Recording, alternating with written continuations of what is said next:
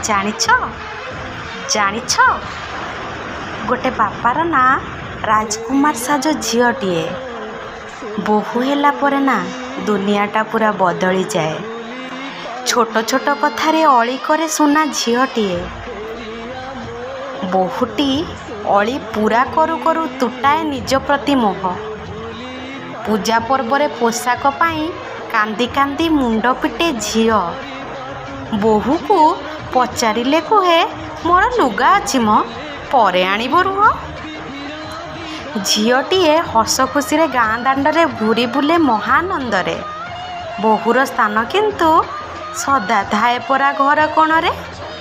କୁଆଡ଼େ ଯିବାକୁ ହେଲେ ସବୁଠୁ ଆଗରେ ଥାଏ ଝିଅଟିଏ।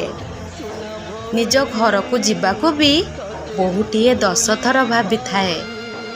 ବାପା ମା ଟିକେ ଗାଳି ଦେଲେ ଝିଅ ଆଖିରେ ଲୁହ ଜକାଏ। କେତେ ଯେ ମାଡ଼ ଗାଳି ବୋହୂଟି ସହେ, ତାର ସୀମା ନଥାଏ। ନିଜ ମାମୁଁ ଘରେ ବି ଗୋଟେ ଝିଅ ମାଆକୁ ଛାଡ଼ି ରହିପାରେନି। ନିଜ ମାଆ ସହ କଥା ଟିକେ ହେବାକୁ ବି ବୋହୂଟିଏ ସମୟ ପାଏନି। ଟିକିଏ କଥାରେ ମୁହଁ ଫୁଲାଉଥିବା ଝିଅଟି ଭାରି ଡରେ। ବୋହୂଟିଏ ମାଆ ହେବା ପାଇଁ ପକାଏ 7 ପରସ୍ତ ସିଲେଇ। ଝିଅ ମନ ପସନ୍ଦର ଜିନିଷ ଆଣି କୁଢ଼ାଇ ଦିଅନ୍ତି ବାପା। ଅନ୍ୟ କଥା ବୁଝି ବୁଝି ବୋହୂଟି ଝରାଏ ଲୁହ ଟୋପା। ଝିଅଠୁ ବୋହୂ ହବା ନା ସତରେ ଭାରି କଷ୍ଟ।